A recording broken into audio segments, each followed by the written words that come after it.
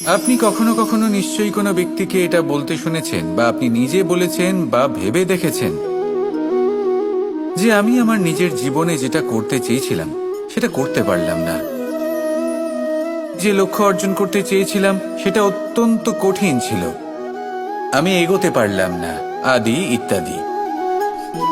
আমরা সবাই কখনো না কখনো ভাবি যে লক্ষ্য আমরা নির্ধারণ করেছি সেটা আমাদের পক্ষে অত্যন্ত কঠিন, প্রায় অসম্ভব। আমাকে বলুন, যে প্রত্যেকটা বস্তু বা সাফল্য যা কিছু আপনি কামনা করেছেন কোনোটাই কি সরল ছিল? নির্বাচনের সময় সেটা সরল ছিল না, সেই জন্যই আপনি সেই লক্ষ্যটা নির্বাচন করেছেন।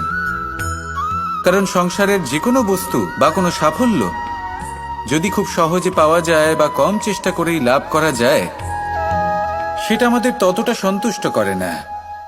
সেই জন্য আমরা জেনে বুঝেই কঠিন লক্ষ্য নির্বাচন করি।